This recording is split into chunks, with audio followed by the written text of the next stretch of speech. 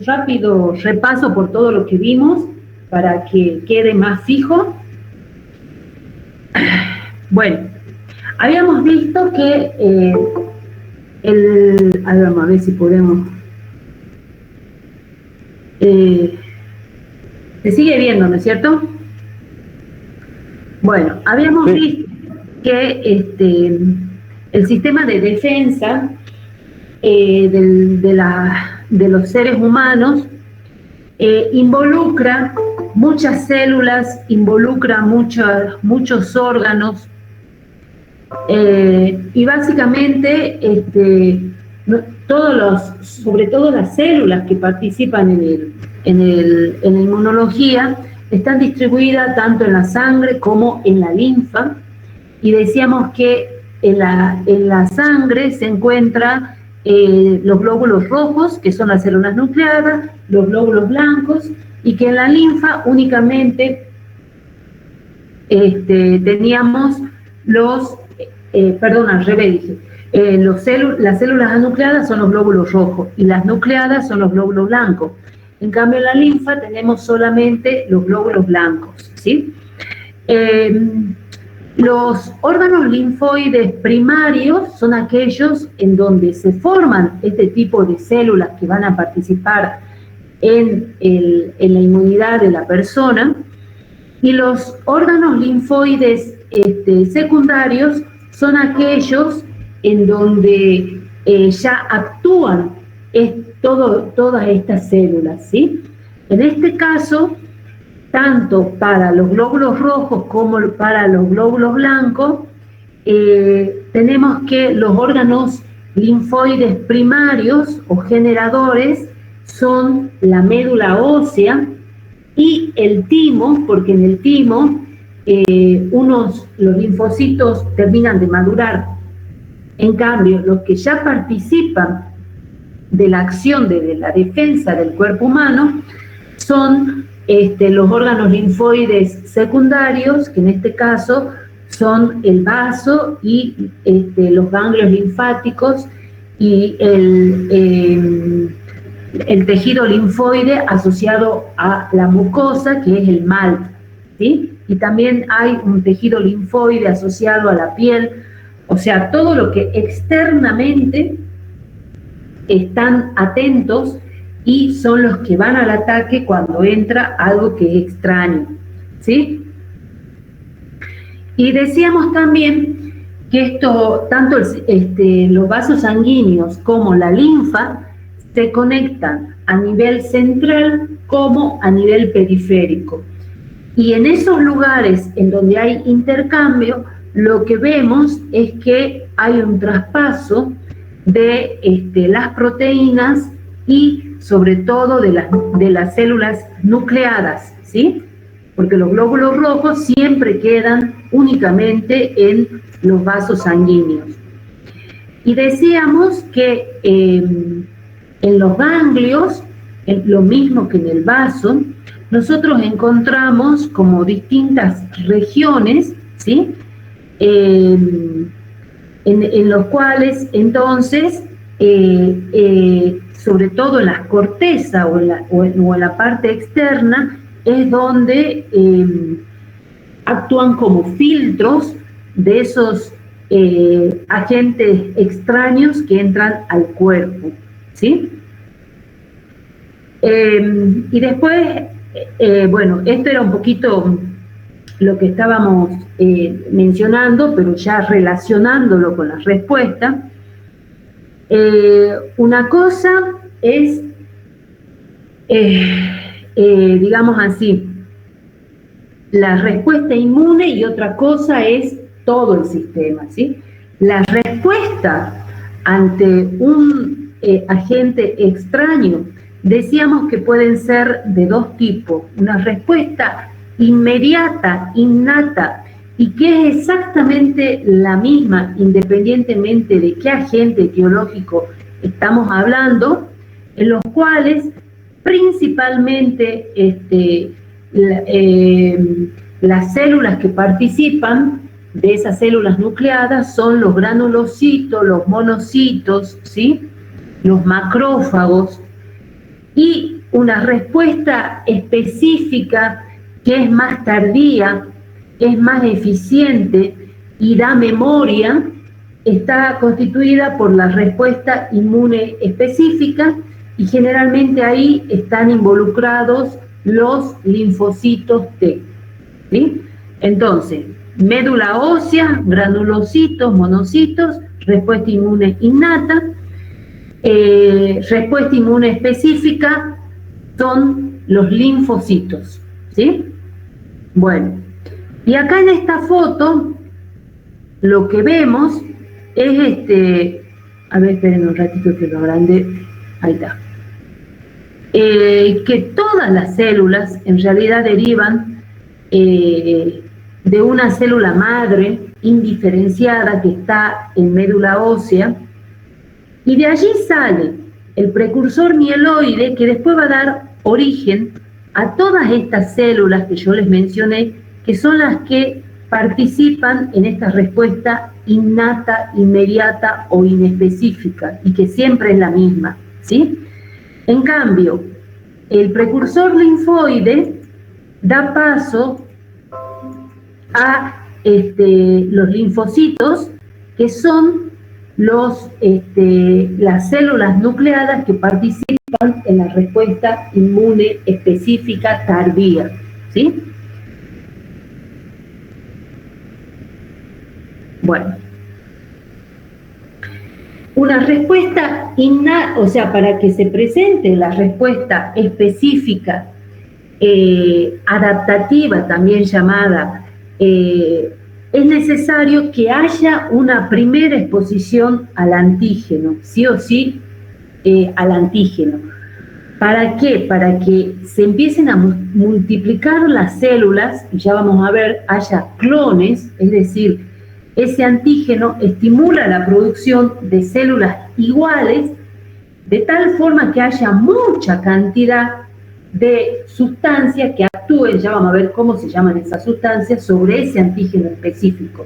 La función de los clones es justamente multiplicar tanto la cantidad de células para que haya muchos soldados que vayan a la guerra, ¿sí? Eso ocurre cuando por primera vez está en presencia del antígeno, pero cuando ya está por segunda vez en presencia de esos mismos antígenos, se activan esos clones, es decir, que empiezan a fabricar estas sustancias que yo le dije recién, que no son otra cosa más que los anticuerpos o la inmunoglobulina que la semana pasada hemos visto, ¿sí? También decíamos que en la inmunidad innata, en donde participan los granulocitos, monocitos, macrófagos, los macrófagos son los mismos monocitos, pero que están en el tejido, ¿sí? Lo mismo que las células dendríticas. Son macrófagos que se llaman células dendríticas porque están en el sistema nervioso, pero tienen todos la misma función. Bueno, ¿cómo entra en contacto ese granulocito para disparar la respuesta innata? A través de un receptor de los PAMP. ¿Qué era el PAMP?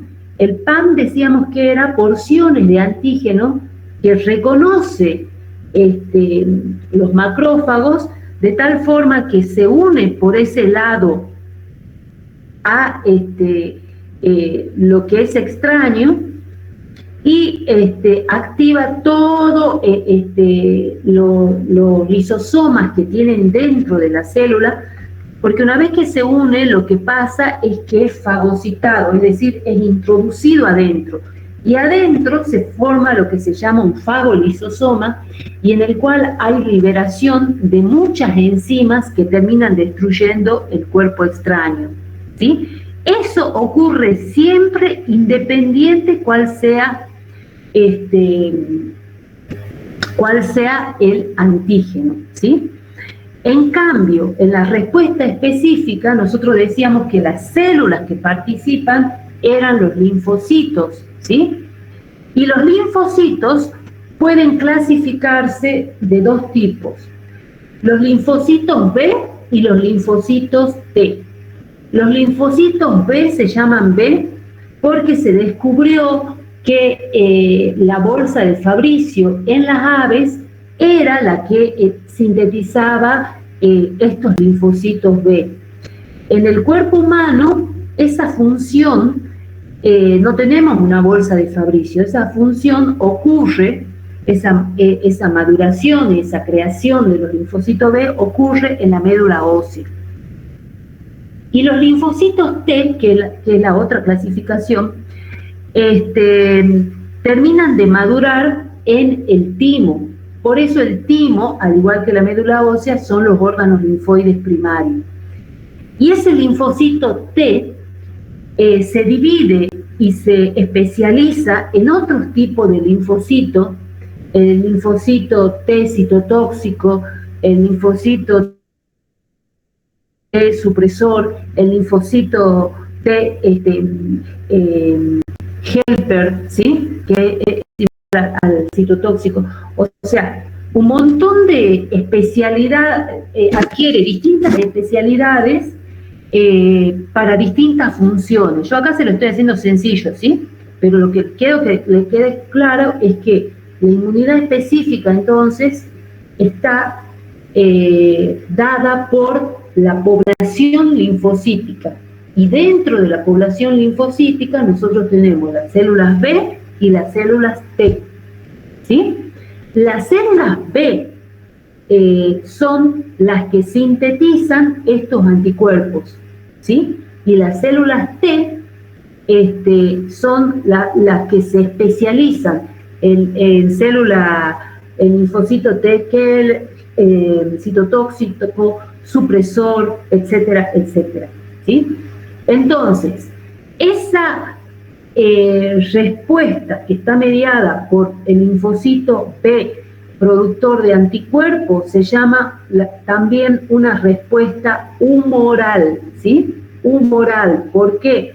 Porque las inmunoglobulinas que produce el linfocito B son proteínas, y las proteínas están en el plasma del paciente, ¿sí? Entonces, por eso se llama humoral. En cambio, la que produce el linfocito T se llama una respuesta mediada por células. ¿Por qué? Porque ese linfocito T se especializa en los distintos tipos de estos que yo le he mencionado. Esa es una respuesta inmune específica mediada por células. ¿Hasta aquí vamos bien, chicos? ¿O tienen algo que quiera que les explique? Profe, ¿puede hablar un poquito de la célula B? Sí. En la respuesta inmune específica, es decir, la que aparece posterior al contacto con un antígeno, ¿sí? Nosotros tenemos dos tipos de respuesta inmune específica. Una llamada humoral y otra llamada mediada por células. La humoral está dada por los linfocitos B, ¿sí? Los linfocitos B lo que hacen es sintetizar anticuerpos, ¿sí? Y por eso se llama humoral. En cambio, los linfocitos T se especializan en distintos tipos y dan la respuesta mediada por células, ¿sí? Las células B, lo único que hacen es sintetizar anticuerpos. Los distintos anticuerpos que después nosotros dosamos para ver distintas cosas, ¿sí? Yo les decía que tenemos el anticuerpo o inmunoglobulina A, que generalmente está en las mucosas, ¿sí? O sea, la célula B, que están en la boca, sintetizan la inmunoglobulina A. La inmunoglobulina M y G y E, que están principalmente en la sangre, aunque la E también se puede ver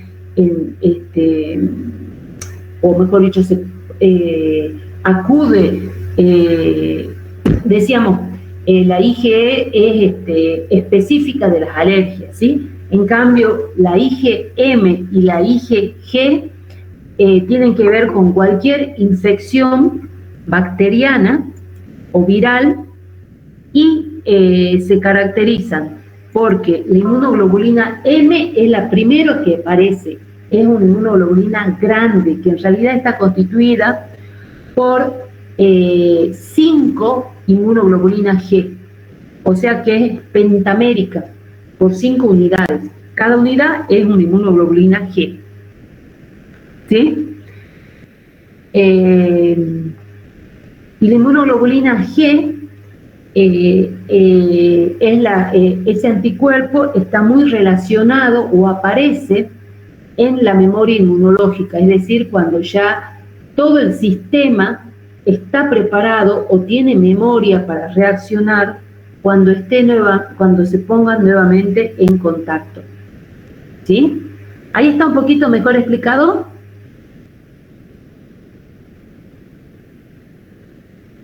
Sí, profe. La respuesta humoral, entonces, de los linfocitos B. Exactamente. Una respuesta humoral es la que da la célula B, que es la productora de anticuerpos. ¿Sí? Sí, esa sería la respuesta. ¿Sí? ¿El virus de VIH puede ser que ataca las células B? El virus del VIH ataca los linfocitos T, no B, los T, y nosotros decimos los linfocitos CD4 y CD8, que es una de estas especializaciones que yo les mencioné del linfocito T, ¿sí? Ataca el linfocito T, no el B, el T, ¿sí? Hay distintas enfermedades genéticas que tienen que ver con alteraciones a nivel de la síntesis, y estos pacientes pueden tener distintos grados o sea, como no responde bien porque hay a nivel genético alguna falla por alguna enzima, son pacientes inmunodeprimidos, ¿sí? Hay muchas fallas que en este sistema ocasionan un montón de enfermedades. Y también lo que yo les mencionaba es que todo el sistema inmunológico está preparado para reaccionar ante cualquier agente extraño. No reacciona sobre la bacteria totalmente, reacciona sobre antígenos de la bacteria. Y el antígeno, decíamos que son porciones que pueden ser de proteínas, de hidratos de carbono, de lípidos, que estimulan el sistema inmunológico. Lo que sí es importante es que este antígeno no puede ser muy pequeño, tiene que tener un peso molecular mínimo de 8000 Dalton, o sea que para la respuesta inmune innata o inmediata es importante que el antígeno que va a provocar la reacción sea bastante considerable, o sea, tiene que ser un tamaño importante, porque cuando es muy pequeñito no tiene este efecto de activación de las células nucleadas de los neutrófilos, de los granulocitos. Neutrófilo y granulocito es lo mismo, ¿no? Nada más que dentro del granulocito nosotros tenemos neutrófilo, sinófilo, basófilo. Bueno, son todas células que así se llaman, que tienen distinta funcionalidad, pero que no la vamos a ver, ¿sí? Bueno. Lo que les quería comentar era que decíamos que este sistema inmunológico se autolimita, ¿sí? Número uno, se autolimita, que es cuando ya no hay más un cuerpo extraño, pero también existe lo que se llama tolerancia adquirida, que son mecanismos por los cuales el sistema inmunológico no reacciona contra sus propias estructuras. Sin embargo, hay algunas enfermedades que yo le denominaba autoinmunes, como el lupus, por ejemplo, la artritis reumatoidea, el síndrome de Sjögren y muchos más. Son enfermedades autoinmunes porque en esas enfermedades todos estos anticuerpos reaccionan contra las propias estructuras, ¿sí? Es más, una de las complicaciones de una bacteria que causa una faringitis, que es el Streptopiógenes, una de las complicaciones, o sea, el paciente tiene el piógenes acá en la garganta, no hace tratamiento antibiótico, se cura solo. Después, a los 15, 20 días, aparece con dolor articular, afectaciones cardíacas, fiebre, por eso se llama fiebre reumática. Y en ese momento lo que se sospecha que ocurrió fue como que las bacterias estimularon el sistema inmunológico, se crearon anticuerpos, hay dos teorías, y que después esos anticuerpos con las bacterias que están adentro forman inmunocomplejos que se depositan a nivel del riñón, y la otra es que los anticuerpos contra la bacteria atacan las propias estructuras, ¿sí? La cuestión es que, como sea, esta fiebre reumática es secundaria y por, digamos así, por un mecanismo autoinmune, es secundaria a una infección en la garganta. Por eso, siempre es importante que el que tenga una infección en la garganta, sobre todo si es niño, se haga un cultivo para ver por qué es. Porque el 90% de las infecciones en garganta son producidas por virus, únicamente un 10% es producido por bacterias. Pero aunque es tan bajo el porcentaje, podemos tener esta bacteria que ocasiona estas consecuencias. Ocasiona fiebre reumática o glomerulonefritis o artritis reactiva, ¿sí? Entonces después el médico cuando pide el análisis para, por ejemplo, un paciente, ver por qué le duelen los huesos, no solamente tiene que investigar todas las causas de las artritis, sino también pensar en que pueda ser una complicación de esta bacteria que yo les digo que se llama Streptococcus pyogenes, ¿sí? Bueno, entonces, a ver, esperen un ratito.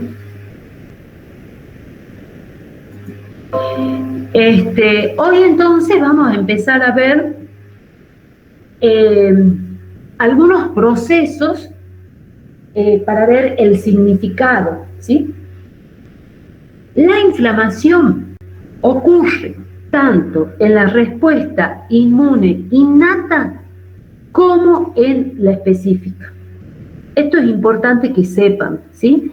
Porque a veces uno cree que cuando tiene una inflamación, sobre todo de la parte externa del cuerpo humano, tiende a pensar que es la respuesta innata nomás, pero nosotros tenemos otro tipo de inflamación, que es la que producen, por ejemplo, las enfermedades crónicas, ¿sí? Y que sin ser tan visible como es, por ejemplo, la picadura de un mosquito que se infecta, pero las sustancias químicas que se eliminan y demás son las mismas y producen el mismo daño. Porque cuando hay inflamación, no solamente se destruye lo extraño, sino también lo propio, ¿sí? Y como les digo, cuando hablamos de inflamación, hablamos que está presente en los dos tipos de respuesta, ¿sí? Acá dice, es una reacción general, no específica, a estímulos nocivos como toxinas o patógenos. Pero eso que diga no específica no significa que la respuesta inmune específica no curse con inflamación, ¿sí? Porque la toxina, por ejemplo, que a veces puede estar en un alimento y que va al estómago, produce una inflamación que después observamos con la presencia de diarrea o también con el malestar general de la persona. ¿Visto que dice, sí, tengo inflamado el estómago, tengo inflamado? Bueno, es por eso, ¿sí? Bien, ¿por qué se caracteriza la inflamación? Se caracteriza por 4 puntos. El primero es el enrojecimiento, ¿sí? O sea, la zona se coloca roja. ¿Por qué es eso? Porque cuando entra un agente extraño, ¿sí? Hay una liberación de los tejidos que fueron, por ejemplo, dañados por esa bacteria, de citoquinas, que lo que hace es vasodilatar los vasos sanguíneos que están de la zona. Entonces, ¿qué hay? Hay una extravasación del plasma de la sangre hacia los tejidos. Y esa extravasación es lo que termina mostrando como una hinchazón, que el nombre correcto es un edema. Entonces, un edema es la extravasación de líquidos desde los vasos sanguíneos y linfáticos, ¿sí? El eritema es porque acude al lugar, entonces, porque hay esta vasodilatación, muchos glóbulos rojos. Hay dolor justamente porque la zona está muy sensible, hay mucha liberación de enzimas, hay mucha destrucción, y calor, que es la temperatura, que es un mecanismo también de defensa, porque con calor se mata los microorganismos. Eso es la inflamación. Entonces está caracterizada por eritema, edema, dolor y calor.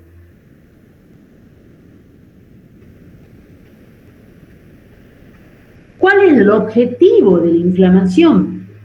¿Por qué ocurre la inflamación? Porque lo que trata el cuerpo humano es de aislar y limitar el daño tisular, o sea, que se siga expandiendo si llegara a ser una bacteria la misma, si es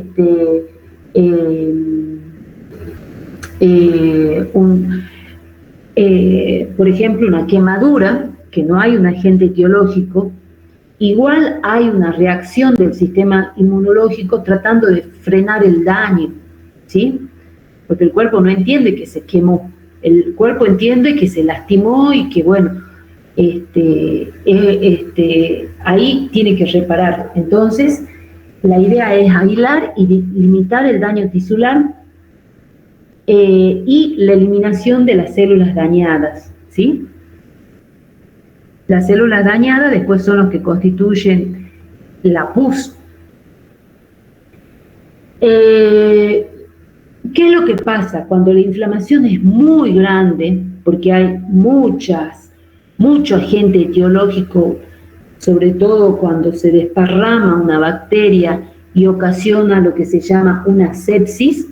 Una sepsis es la circulación de microorganismos en los vasos, en la sangre. Entonces, nosotros hacemos mediante un análisis de sangre la comprobación que en todo lo que es la sangre está la bacteria. Y el peligro de que circule la bacteria es justamente que se desparrama a distintos órganos, ¿sí? Puede ir al corazón, puede ir al pulmón, y en donde se asienta, el sistema inmunológico reacciona agresivamente y provoca mucha destrucción. Entonces, por eso dice que una respuesta inflamatoria, o sea, yo tengo una infección, por ejemplo, por una apendicitis, ¿sí?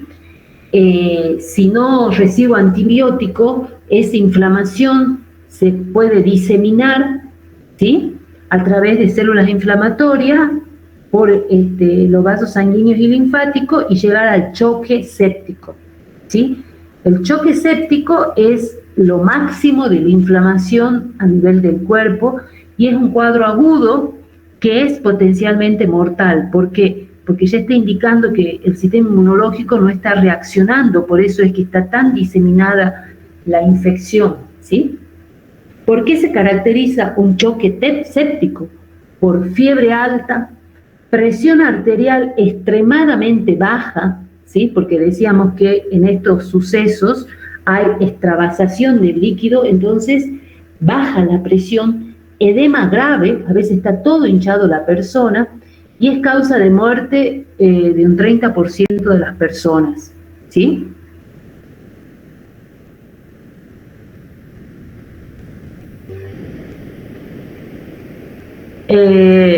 Una infección localizada causa la inflamación de una pequeña zona del cuerpo que generalmente se cura, salvo que la bacteria sea tan virulenta, virulenta que se pueda diseminar a otras partes del cuerpo, hacer lo que se llama una infección sistémica, porque se diseminó en todo el cuerpo la bacteria, y que lleva entonces a un choque séptico, ¿sí? A una inflamación generalizada.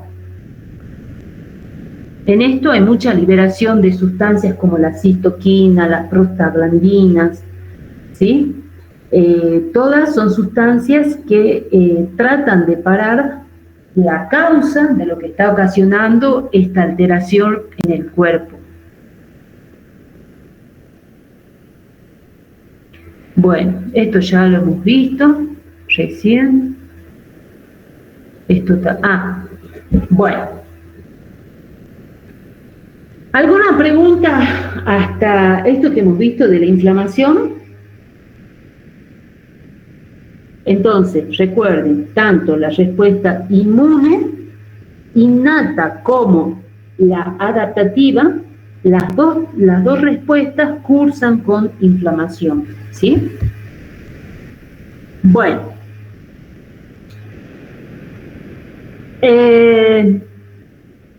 ¿Cómo puede ser la inmunidad? No tengo yo diapositivas, pero les subí al Classroom un poco la historia de cómo se llega. Es muy lindo leer cómo se llega y el papel fundamental que tuvo Pasteur, ¿sí? Pasteur, como ustedes saben, fue el que, digamos así, descubrió la vacuna, ¿sí? Pero ya se venía trabajando bastante tiempo atrás. A ver, esperen un ratito, les voy a compartir esa parte. Esperen un ratito que lo busque y se lo muestro.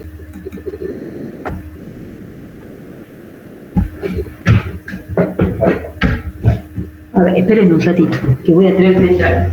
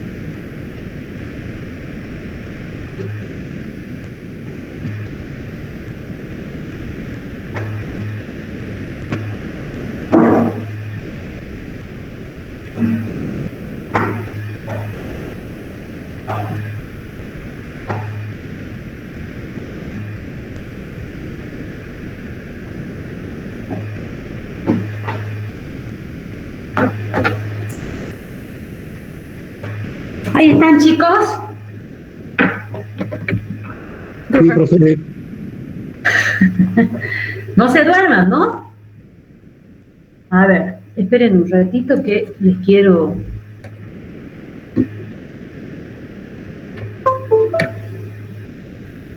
que le tengo que mostrar con este...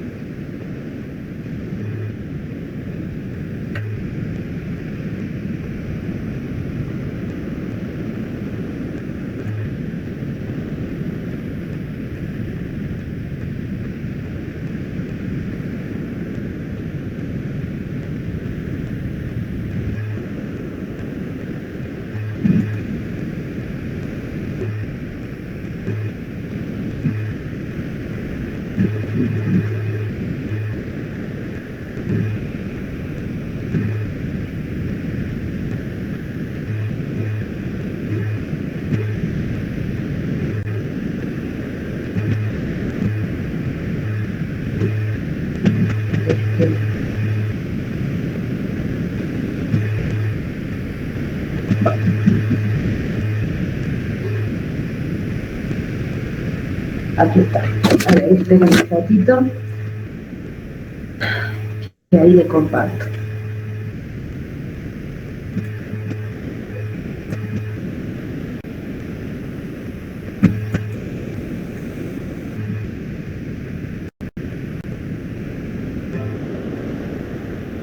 Bueno, ahí están viendo mi pantalla. ¿Ven la imagen? ¿Pueden ver, chicos? Sí, profe. Sí. Sí, profe. Bueno. Sí, profe. Bien.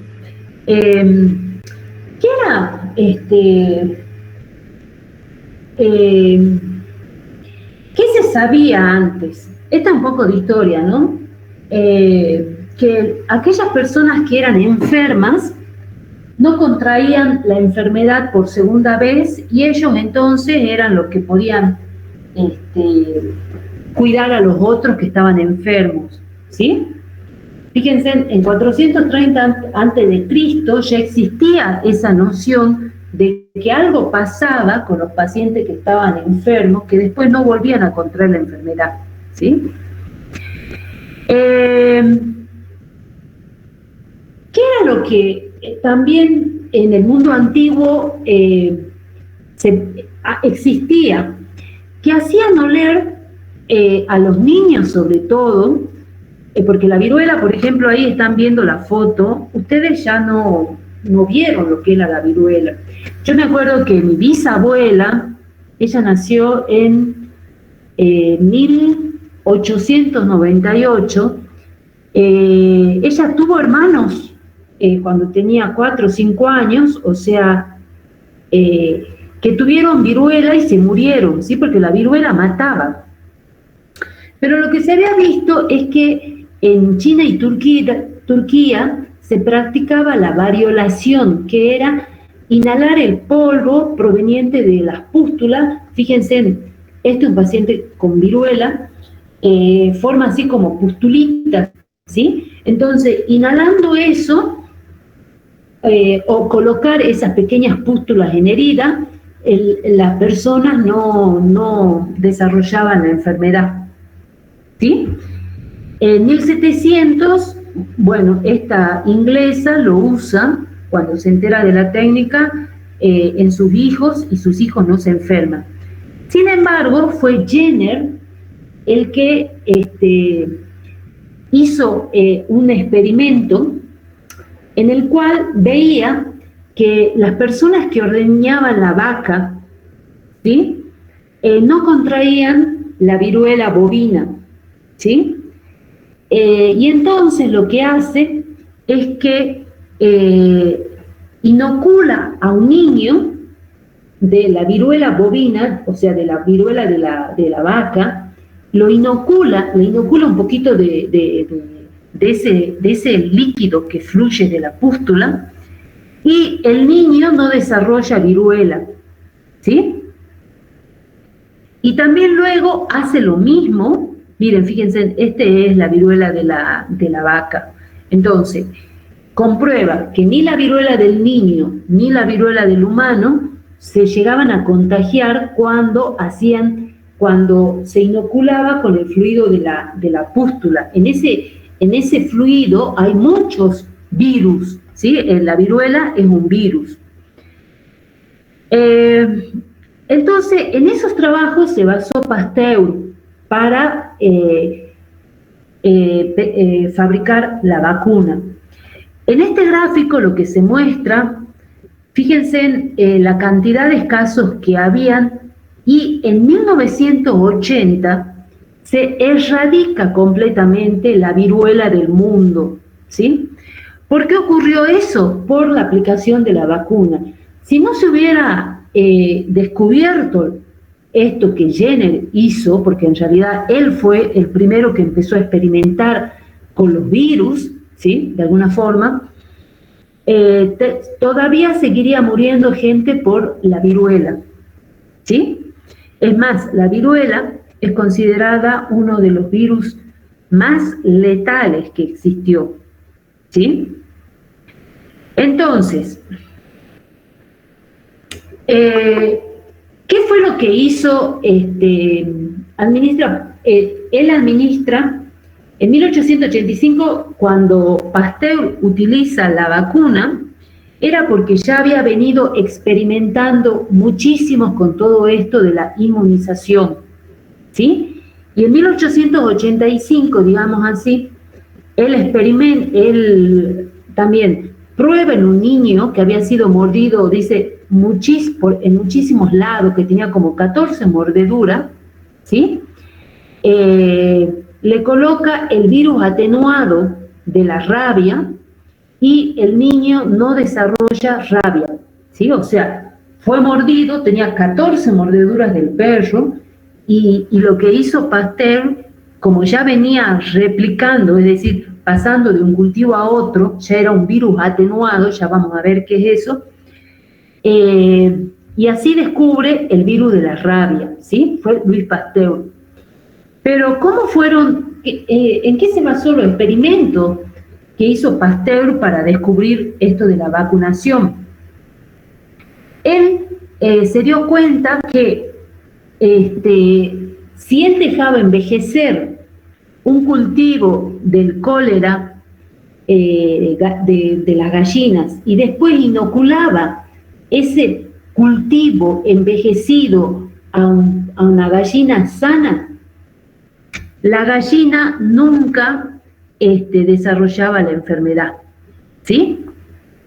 Entonces, después, a esa gallina que le había puesto este cultivo y que teóricamente no había desarrollado la enfermedad, lo compara con otro que nunca había recibido nada. Entonces, tenía dos poblaciones. Una que le había dado el cultivo viejo y que no desarrolló la enfermedad, y otro que nunca desarrolló la enfermedad. Los dos grupos de gallinas estaban sanos. Bueno, a los dos grupos de gallinas le puso un cultivo fresco de la bacteria, y el que en su momento había recibido el cultivo viejo no desarrolló la enfermedad, y en cambio sí lo hizo la gallina que no había tenido esa exposición, ¿sí? Y entonces él habla, ¿sí?, a esta cepa atenuada de cólera que no producía la enfermedad o que protegía a la gallina del desarrollo de esta enfermedad, le ha puesto vacuna en honor al trabajo de Jenner, porque Jenner era en 1798 el que había hecho este experimento, que después de alguna forma Pasteur continuó. ¿Se entiende esto que expliqué de lo que hizo? Esto, fíjense en que son los postulados de Koch, ¿sí? ¿Cómo se llega a decir esta enfermedad es producida por este agente etiológico? No es únicamente que nosotros tengamos una situación buena como es obtener una gallina sin enfermedad, sino también volver a repetir las circunstancias que ocasionaron la enfermedad, de tal forma de ver si lo que nosotros hicimos el experimento funciona o no. ¿Entendieron, chicos, esto que les expliqué? No los veo. Si hay alguien que no. ¿Cómo? ¿Lo entendieron? Sí, al menos yo sí. ¿Sí? Bueno. Y después él mismo se dio cuenta que cuando sometía a calor otra bacteria, el Bacillus anthracis que produce el anthrax, tampoco se producía la enfermedad. Así. Fíjate porque está lavando los platos, mamita, ¿eh? Bueno, esa parte les quería contar porque la verdad que me parece que era muy interesante saber de dónde y cómo fueron los experimentos para llegar al tema de las vacunas, ¿sí? Bueno, este Power después si quieren se lo subo. ¿Ve? Porque acá Sí, por favor. explica un poco mejor. Por ejemplo, acá este hombre fue el que descubrió que los linfocitos, teníamos los B, los T, ¿sí?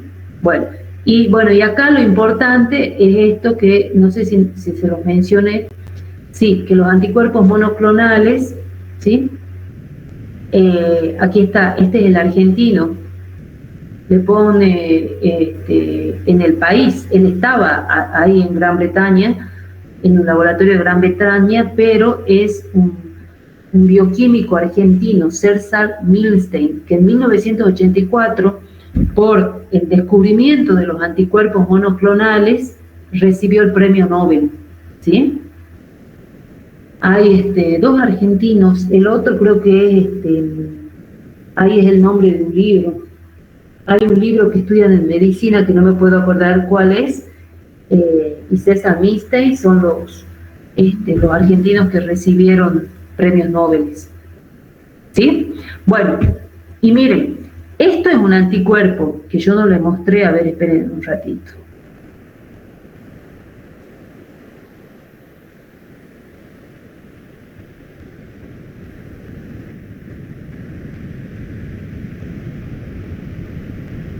Respuesta inflamatoria, vasodilatación.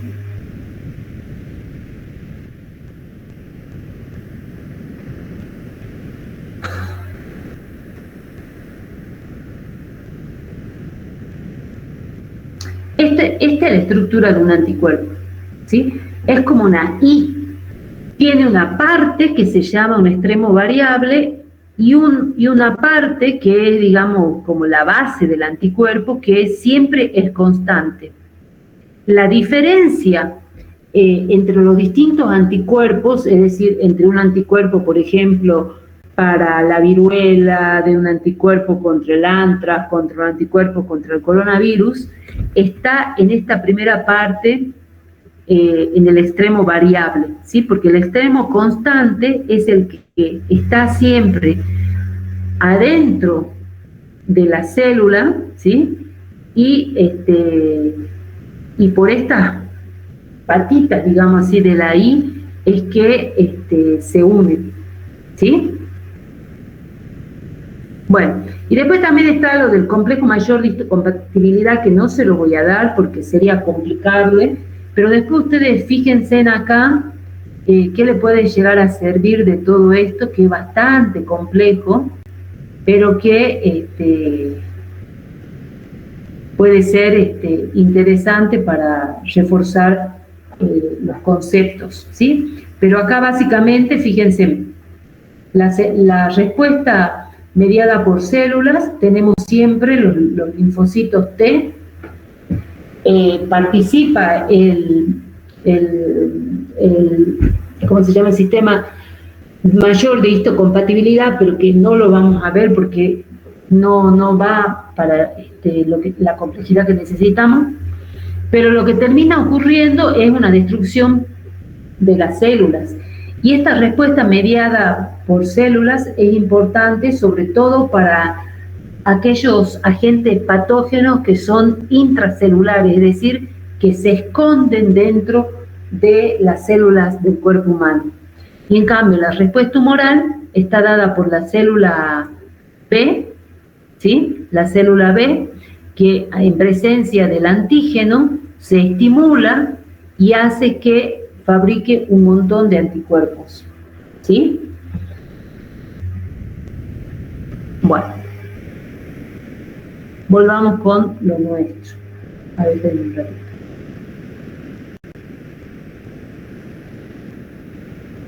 ¿Alguna pregunta hasta acá, chicos?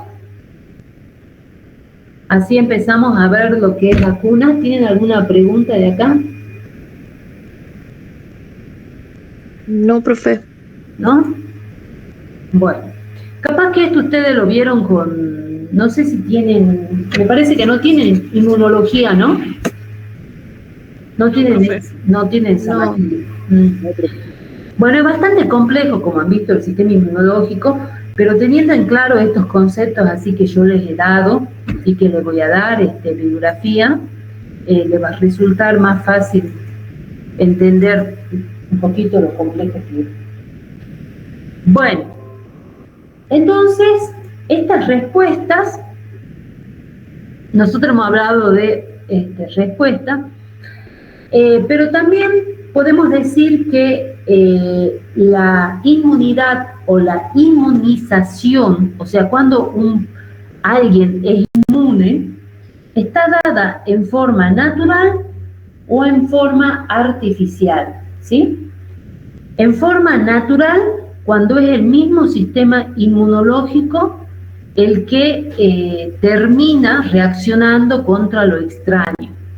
En cambio, una respuesta artificial generalmente está dada por las vacunas, el uso de anticuerpos, ¿sí? Entonces es artificial porque no es por el mismo sistema inmunológico de las personas, ¿sí? Bueno, a ver, esperen que sigamos. Bueno, acá explica un poco cuáles son las enfermedades relacionadas con la inmunidad, que puede ser deficiencia de la célula B, de la célula T, de los anticuerpos, ¿sí? Bueno, y aquí está los tipos de inmunidad. Los tipos de inmunidad.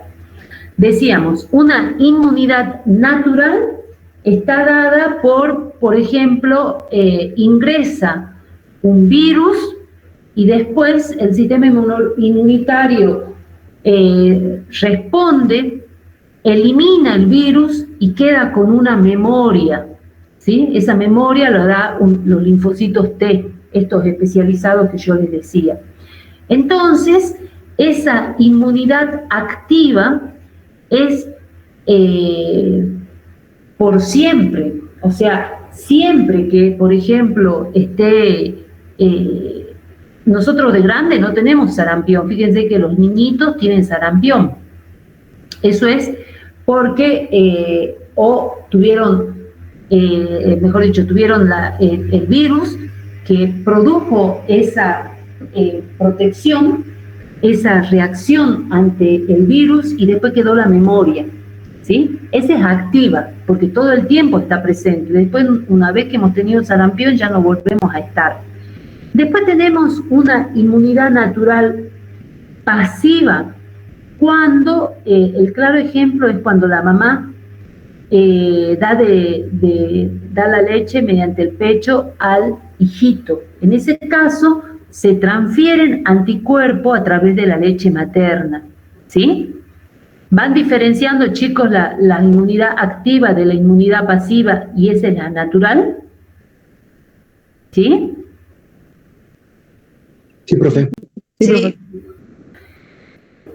Acá, por ejemplo, en la inmunidad pasiva, lo que ocurre es que son los anticuerpos, las inmunoglobulinas A que están en las mucosas, porque todos los conductos mamarios, de alguna forma, el interior de esos conductos es una mucosa, ¿sí?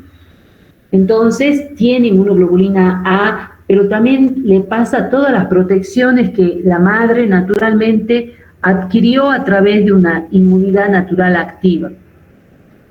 En cambio, una inmunidad artificial es cuando, por ejemplo, puede ser activa o pasiva, es activa cuando utilizamos el antígeno, ¿sí?, que está en la vacuna, o sea, una inmunidad artificial activa, el ejemplo es la vacuna. Y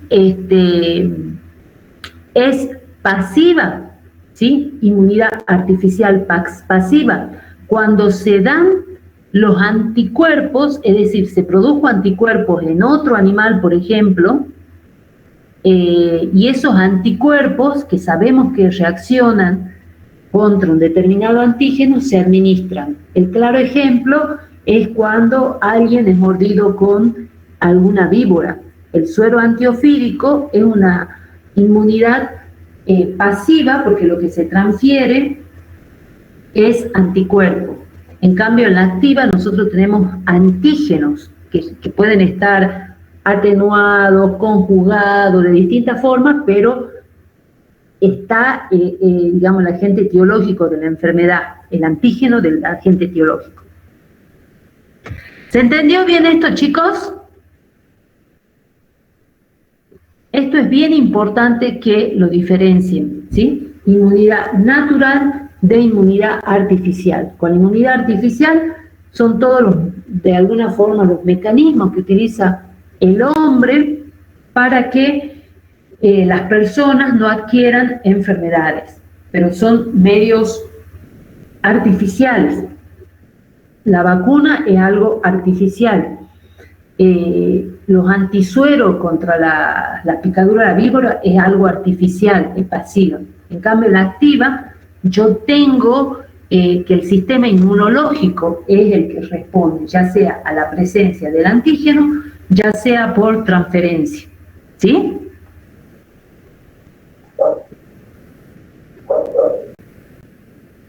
Si tienen alguna pregunta, me paran, ¿sí?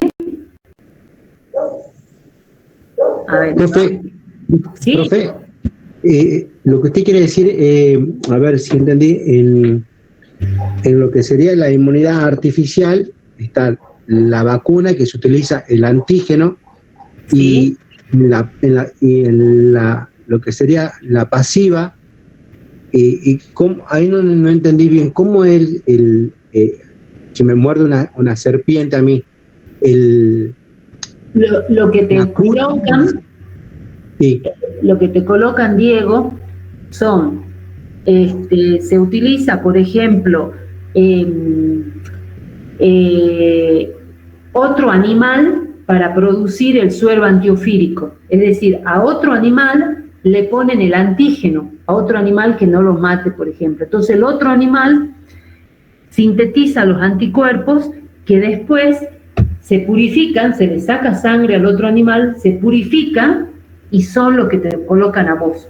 O sea, los anticuerpos que se colocan no son provenientes de las personas, sino tienen otro origen. Por eso es pasivo, ¿sí? Es una inmunidad en donde el sistema inmunológico de la persona no hace nada. A mí me mordió la víbora y mi sistema inmunológico no hizo nada, o no, y en realidad no hace lo suficiente. Para que sea efectivo, hacen la vacunación, no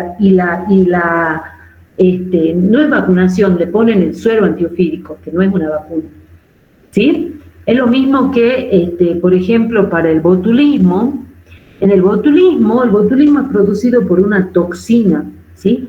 Una toxina que fabrica una bacteria. El botulismo tiene distintos orígenes, pero por ejemplo que el origen haya sido por consumir los escabeches mal esterilizados, no se destruyó la toxina, la persona come y automáticamente esa toxina va a las uniones neuronales y no deja que la acetilcolina es un neurotransmisor, es decir, permite que la señal vaya de esta neurona a esta neurona. Entonces, lo que hace la toxina del botulismo es reemplazar esa acetilcolina y él se queda pegado. Entonces la acetilcolina no se puede unir al receptor. Entonces viene el estímulo y de acá no pasa nada, porque está unida la toxina. Entonces lo que se le da al paciente, ¿sí?, es la antitoxina, es decir, anticuerpos que van directamente a unirse con esa toxina de tal forma que no provoque esto que yo expliqué. ¿Se entiende? O sea, no es el sistema inmunológico de la persona la que reacciona, sino los anticuerpos o las inmunoglobulinas también, que se dice que se le pone al paciente. ¿Se entendió ahí, Ariel? Sí, profe, mejor. Muchas gracias. Igual, esto por ahí, capaz que, bueno, yo lo digo rápido, pero después cuando lo lean, lo van a entender un poquito más, ¿sí?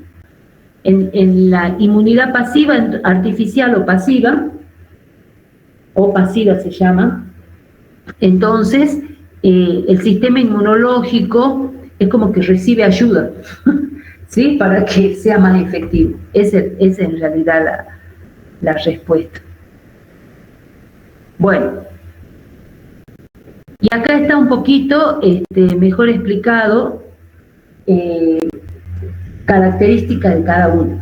En la inmunidad activa hay exposición al antígeno, hay una inmunidad obtenida por inyección del antígeno o a través de la infección. Acá o le ponemos el antígeno o el mismo paciente se infecta, ¿sí? Entonces, es como que el paciente está expuesto a la causa de la enfermedad en la inmunidad activa. En cambio, en la pasiva no hay exposición al antígeno, ¿sí? Lo que se utiliza son productos de la reacción de otro organismo, o sea, de, qué sé yo, de un animal, generalmente, que se usa los sueros, esos que tienen los anticuerpos, para que ataque lo que está ocasionando el daño en el cuerpo, ¿sí?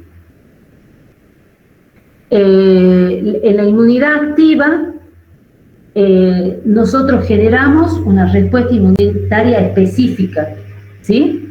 O sea, quedan inmunizados de por vida. ¿Se acuerdan que decíamos inmunidad activa? Teníamos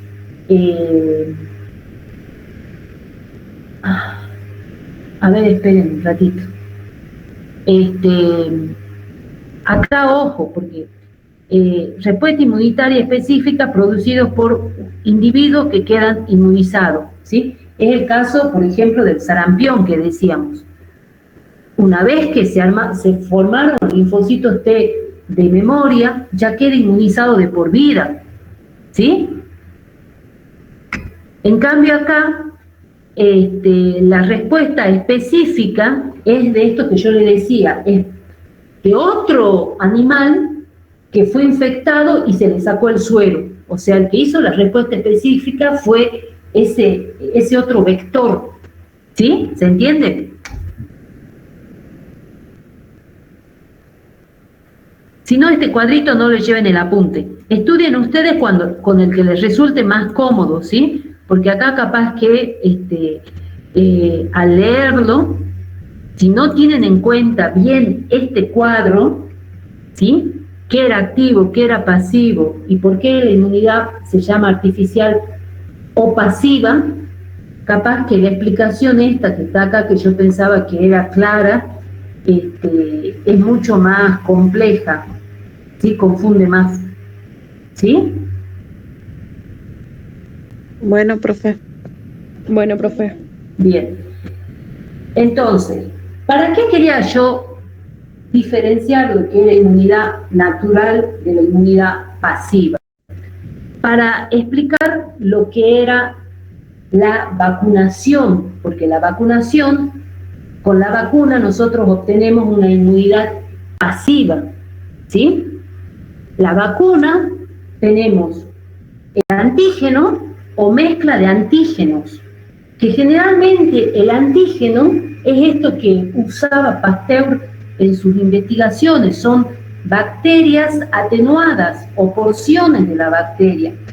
En esto de las vacunas, chicos, yo escuché al inicio del coronavirus, hay tal complejidad, y esto que se hacía al principio de siglo para obtener las vacunas, imagínense que no era rápido. ¿Por qué? Porque inyectan en un animal en la bacteria, están esperando que tenga la reacción, después sacan ese suero. Bueno, eso lleva mucho tiempo, ¿sí? Todo lo que yo le expliqué al principio lleva mucho tiempo. En este momento, las vacunas se sintetizan molecularmente, son llamadas de tercera o cuarta generación, que ya son, ¿cómo les puedo decir? Es biología molecular pura, ya no trabajan de esta forma antigua utilizando seres vivos para producir la inmunidad, los anticuerpos, no. En este momento lo que se está haciendo es, a través de biología molecular, obtener artificialmente estos anticuerpos, ¿sí? Y lo que demora, y por qué demoró todo este tiempo del coronavirus, era en las pruebas, ¿sí? Porque la producción es rapidísima, y eso siempre lo han dicho. Fíjense en que una vez que se comprobó la eficacia, no hay problema en la elaboración de la vacuna. Lo que se demoró era justamente ver que eso que se sintetizó en los laboratorios sea un buen inmunógeno, o sea, que estimule bien el sistema inmunológico. Por eso las distintas vacunas, fíjense, que tienen distinto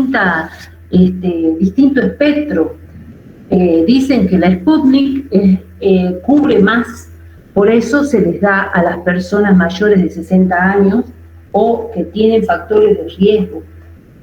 Y después las otras, la Sinopharm, la Covishield, la AstraZeneca, le dan a personas de más baja edad porque no es tan importante en ellos la enfermedad, ¿sí? Sabemos que las personas grandes, ellos terminan muriendo porque nosotros decimos es una neumonía, pero en realidad es una inflamación general, es una exacerbación del propio sistema inmunológico que reacciona tan agresivamente que termina matando a las personas, ¿sí? Eso no vamos a ver, vamos a ver así sintético, que es una vacuna. O sea, entonces por eso decimos que es un antígeno, mezcla de antígenos, ¿sí? Es lo mismo vacuna que inmunización, y la diferencia está en que la vacuna es una inmunización pasiva. En cambio, cuando nosotros decimos inmunización sin nada más, nos estamos refiriendo tanto a la inmunidad activa como a la inmunidad pasiva, ¿sí? Eso es bien importante porque muchas veces se utiliza ambos términos como sinónimos y no es lo mismo, ¿sí? ¿Puede repetir eso, profe? Sí, que vacuna e inmunización no son sinónimos, porque vacuna es solamente una inmunización pasiva, ocasionada por la inyección de una suspensión de microorganismos vivos o inactivados, parcelas antigénicas, que son esto que yo recién les comentaba, que eran obtenidas a través de biología molecular, un producto metabólico, ¿sí? Cualquiera de estas sustancias que pueden ser, que son proteínas, lípidos o hidratos de carbono, que desencadena la respuesta inmune. En cambio, la inmunización, fíjense, se confiere inmunidad, ya sea a través, mejor dicho, es el total, es la inmunidad activa y la inmunidad pasiva. Uso las dos formas, ¿sí? Uso la inmunidad activa y la inmunidad pasiva. O sea, inmunización es mucho más abarcativo. En cambio, vacuna es únicamente la inmunidad pasiva. ¿Sí? Bien. Profe, ¿Claro? Sí. profe, yo tengo una duda. Sí. ¿Vacuna no era un tipo de inmunidad artificial activa? ¿Sí? ¿Y por qué dice que es una inmunización pasiva? A ver, acá está claro. Lo que pasa es que yo copié y pegué, pero en realidad la vacuna es una inmunidad pasiva. Acá, esperen 2 segundos. Una inmunidad artificial, activa. Artificial activa, ¿sí? Artificial activa. Entonces, acá inmunización es artificial activa, acá falta. Artificial, acá en inmunidad faltaría artificial activa o mediante la administración de la artificial pasiva, ¿sí? Acá ya les voy a agregar yo, voy a pasarlo a PowerPoint y le voy a agregar lo que está faltando para que no provoque confusión. Es la inmunidad artificial activa y la inmunidad artificial pasiva, ¿sí? No la natural. ¿Se entiende? Acá estamos hablando de inmunidades artificiales, activa y pasiva, en la inmunización. ¿Sí? Bien, profe. Bueno, gracias. Lo que está faltando acá es la palabra artificial. Porque la vacuna es una inmunidad artificial activa, ¿sí? Y la inmunización es los dos, es artificial activa y pasiva. ¿Sí? Bien.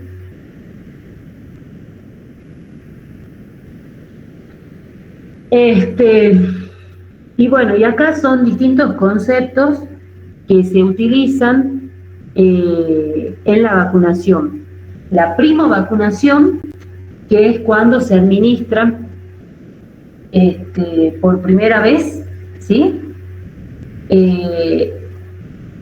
Acá dice dosis, serie de dosis de una misma vacuna que se administra a una persona susceptible para lograr inmunidad frente a un agente causal.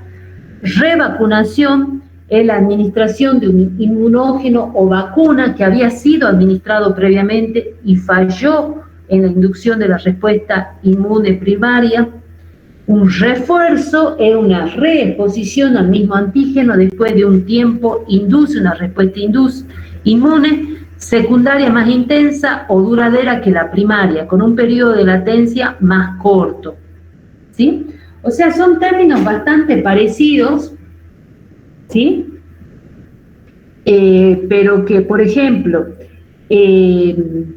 cuando para el tétanos, fíjense, se vacuna a la embarazada que de alguna forma le llega al recién nacido, pero después cada 10 años hay que hacer un refuerzo, es decir, una reexposición al mismo agente etiológico.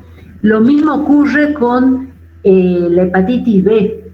La vacuna para la hepatitis B es una vacuna que se debe repetir cada 10 años, ¿sí? ¿Para qué? Para que esta respuesta secundaria siga siendo efectiva y siga estando la persona protegida, ¿sí? En cambio, la revacunación es cuando le vacunaron y no hizo efecto. ¿Cómo saben que no hizo efecto? Porque le dosan los anticuerpos. Si hay un buen nivel de anticuerpos, entonces la persona está protegida. Si no hay anticuerpos, hay que empezar de nuevo con todo el esquema. ¿Sí? ¿Se entendió eso, chicos? Sí, sí, profe. Bueno,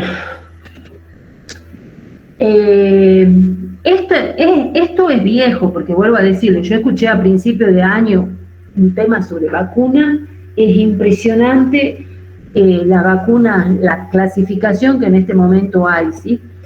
Pero ahí la define como están constituidos por patógenos muertos, por agentes químicos, o sea, le ponen algunos compuestos químicos que lo que hacen es exacerbar la respuesta inmune, ¿sí? Estos agentes que se le agregan es justamente para que sea más efectiva la vacuna, ¿sí? Y que estos patógenos pueden estar muertos, pueden estar atenuados, que ya vamos a ver en la próxima diapositiva cómo se atenúa, pero generalmente se lo atenúa con el calor, ¿sí? Yo les conté que el Bacillus anthracis, cuando Pasteur hizo estas prácticas, lo que hacía era someter a calor el virus y entonces era como que así ya no se reproducía, ¿sí?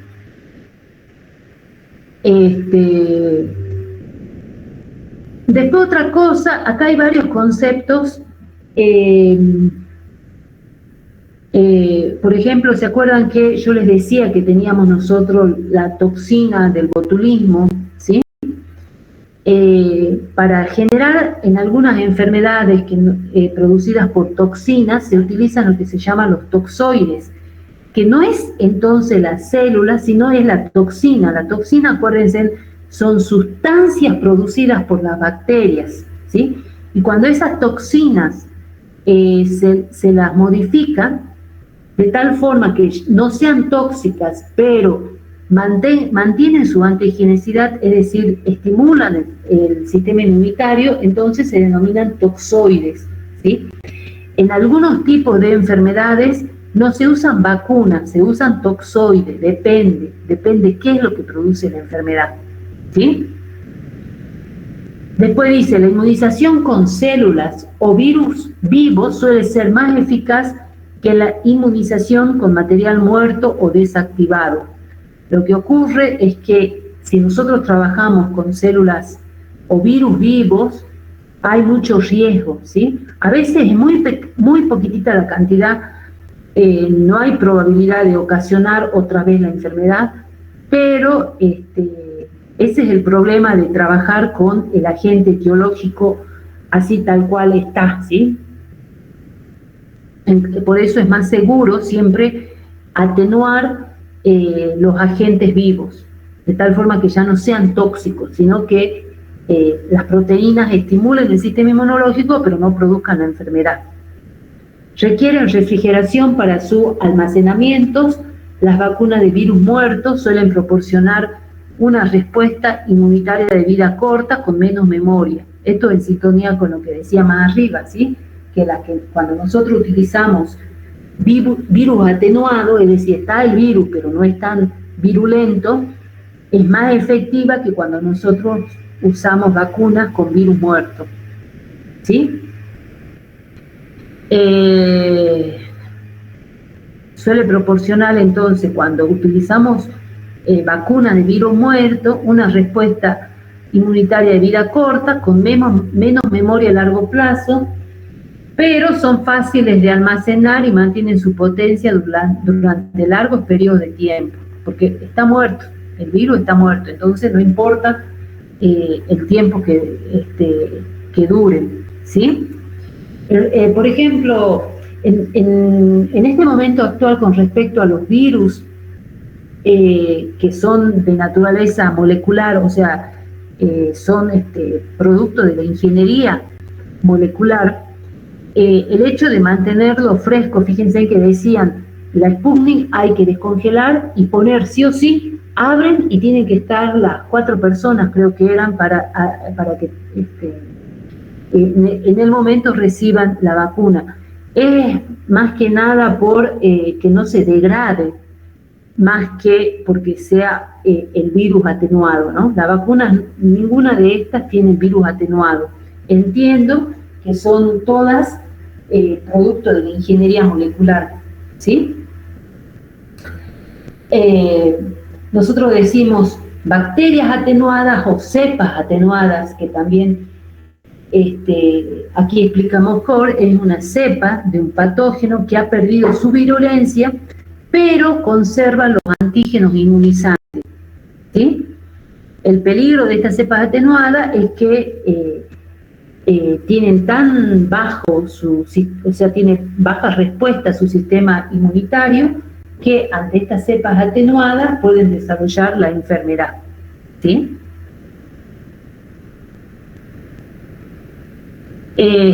Bueno, y ahí está un poco la diferencia con las vacunas con agentes etiológicos, ya ven, bacterias o virus atenuadas y las inactivadas. En las atenuadas es como que sigue estando vivo el agente etiológico. En cambio, en las inactivadas ya no está inactivo, no está atenuado, está inactivo, o sea, no produce nada. En cambio, en el otro sí produce, pero está como buenito, o sea, está calmadito si se quiere, ¿sí? Y bueno, y ahí está la diferencia. Lo que tiene estas cepas atenuadas es que la bacteria se multiplica en la persona vacunada. En cambio, en las inactivadas no se replican.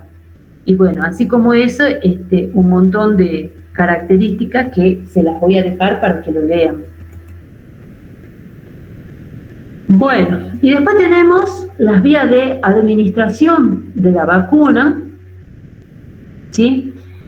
Que decimos que es intramuscular cuando atraviesa y llega al músculo, ¿sí? Puede ser intradérmica, ¿sí? Que no es en la superficie, sino es en la dermis, y subcutánea cuando es en la superficie. Y después tenemos los distintos sitios de aplicación. Por ejemplo, las intramusculares, se utiliza el brazo en los mayores de 12 años, y si es menor de 12 años, en la pierna, ¿sí? Porque generalmente acá no tienen tanto músculo. Y bueno, y después, si quieren, agranden esto, porque acá están todas las vacunas que están ahí. Bueno, y esta última diapositiva es para explicarle lo que es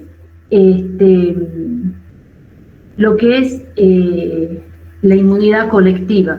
A ver, esperen, ahí lo ven más grande, por lo menos yo lo veo más grande para poderlo explicar. ¿Qué es lo que ocurre? Y que fue lo que ocurrió con el coronavirus. Teníamos la población sana, aparecieron los primeros enfermos de coronavirus, como nadie estaba vacunado, rápidamente todo el mundo se contagió, salvo algunas personas que, aún estando en contacto con personas que tienen el virus, no desarrollan la enfermedad, ¿sí? ¿Qué es lo que pasó? Al principio eran pocos los vacunados, ¿sí? Son pocos los vacunados, son estos en amarillo.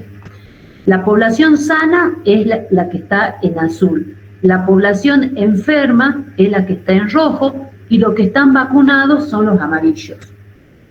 Cuando se empieza a vacunar, que fue lo que pasó en el país, como eran pocos los vacunados, igual el virus contagió a muchas personas.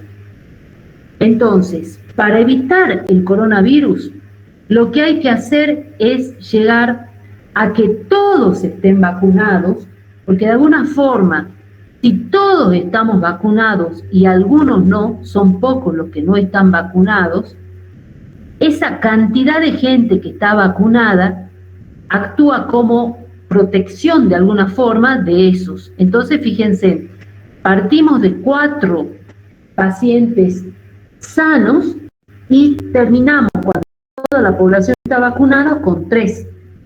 Y si teníamos 2 pacientes enfermos, capaz que aumenta en 1, pero es lo que nosotros llamamos, se produjo ya la inmunidad colectiva o de rebaño, ¿sí? Porque los sujetos vacunados proveen una protección indirecta a aquellos que no están vacunados o parcialmente vacunados.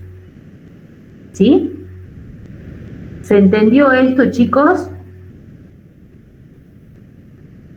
Chicos, Sí, ¿están ahí? profe. ¿Están dormidos? Sí. No, acá estamos, profe. ¿Sí? ¿Se entendió el cuadrito? Sí, profe. Cuando Sí, no profe, hay entendí. vacuna, cuando no hay vacuna o hay poca, como hubo al principio, igual tenemos muchos casos, porque hay muchas personas que siguen en contacto con el virus. En cambio, cuando la mayor parte de la población ya está vacunada, aunque queden poquitos sin vacunar, esos vacunados hacen de barrera, ¿entienden?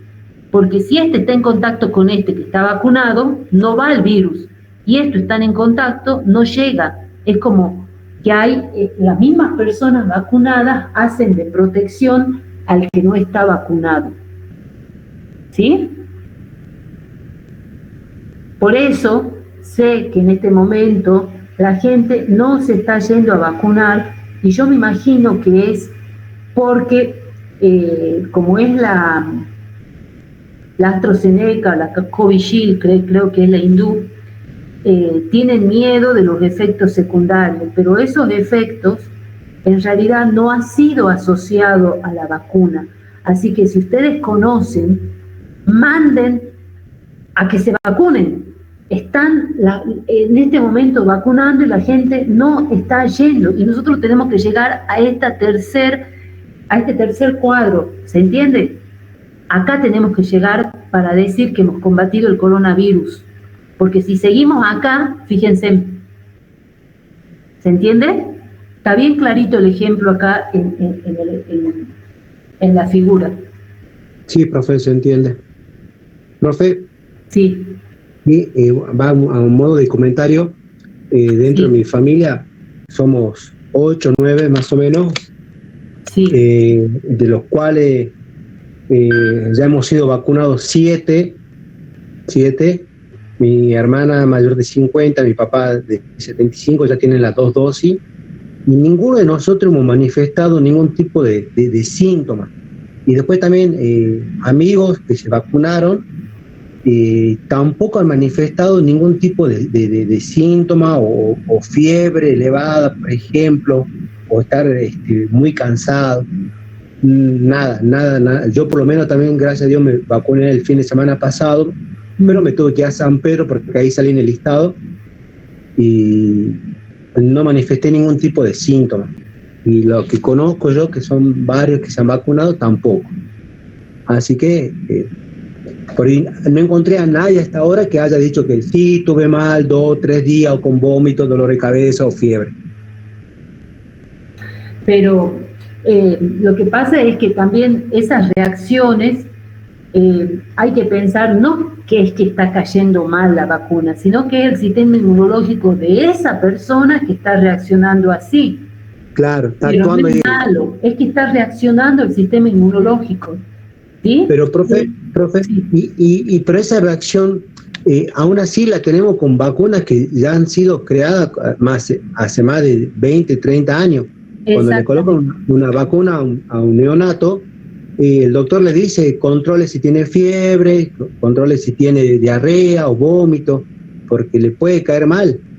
Pero aún así, yo creo que es algo científico y ha sido creado para algo positivo. No creo que creen algo para hacer daño.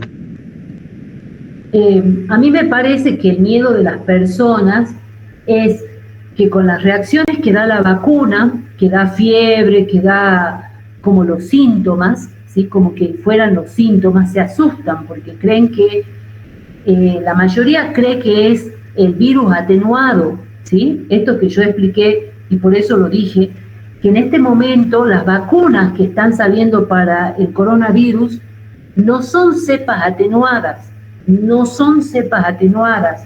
son antígenos, es decir, proteínas del virus que en forma artificial se generaron y que lógicamente, cuando hemos visto todo esto que es sistema inmunológico, ante cualquier cosa extraña el cuerpo reacciona.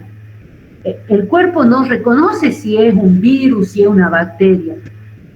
Un pedacito de proteína lo reconoce como algo extraño, entonces siempre va a tener esa reacción que es la misma que ocasiona el virus, ¿sí? Pero nada que ver, no tiene nada que ver. Y para mí viene por ese lado, porque la gente cree que es el coronavirus el que le está haciendo las cosas, y lo que le está haciendo las cosas es una proteína que no, o sea, que tiene la misma secuencia de aminoácidos que la del virus, pero no es el virus. El virus tiene no solamente eso, sino tiene otros montones de componentes que hacen que ocasione lo que ocasione, ¿sí? ¿Se entiende? Entonces, sí, es diferente, no es lo mismo. Las cepas atenuadas, las cepas inactivadas, se usan, tengo entendido, al principio de lo que era la vacunación, pero en este momento las vacunas son elaboradas molecularmente, entonces no tienen, salvo la secuencia de aminoácidos, y que es un pedacito, no es el virus, no va a provocar nunca la enfermedad, ¿sí? Si el paciente adquiere el coronavirus, es porque es otra cepa, porque está mutando la cepa del coronavirus, pero no porque la vacuna haya sido lo que le provocó la enfermedad, ¿sí? Sí, profe, se entiende. Gracias. No, gracias a vos, Diego, por el comentario, porque está bueno a veces preguntarse y tener dudas, porque peor es quedarse con la duda, ¿no? ¿Quieres decir algo, Inés? No sé por qué prendí el micrófono, perdón. Tenía pensado ahí algo, pero ya se me fue la idea, ¿no? Quería preguntar algo sobre el COVID, creo que era. ¿Por qué las personas, por ejemplo, las personas que ya se contagiaron, digamos, sí, sin haber estado vacunadas, se vuelven a contagiar? Porque es otra cepa. No es el mismo virus. Otra cepa, no es el mismo virus que... Ajá, ya. Y también lo que pasó, o sea, varias cosas pasaron, ¿no? Uno es esa, que era otra cepa. Otra es que su sistema inmunológico no creó los anticuerpos. O sea, por más que le pongan la vacuna, ¿puede no crear el anticuerpo? No sé con la vacuna, yo sé que con el coronavirus, antes de que ingresen todas las cepas que han ingresado, porque acá ya está la de la India, la de Manaus, la de todos lados,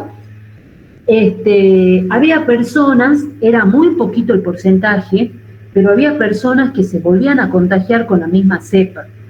Y entonces se empezó a investigar y pasaba que no había anticuerpos, era como que nunca hubieran tenido el coronavirus, ¿sí? Yo creo que dentro de unos años se va a conocer mejor toda la acción de este virus, como para poder explicar, ¿no?, estas cosas así extrañas que suceden, ¿sí? Bien.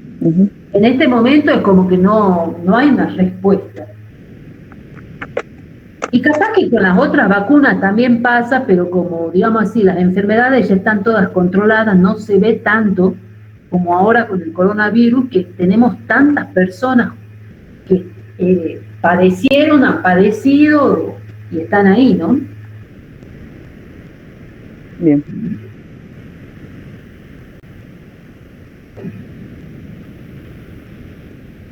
¿Tienen alguna otra pregunta, chicos, o lo dejamos ahí?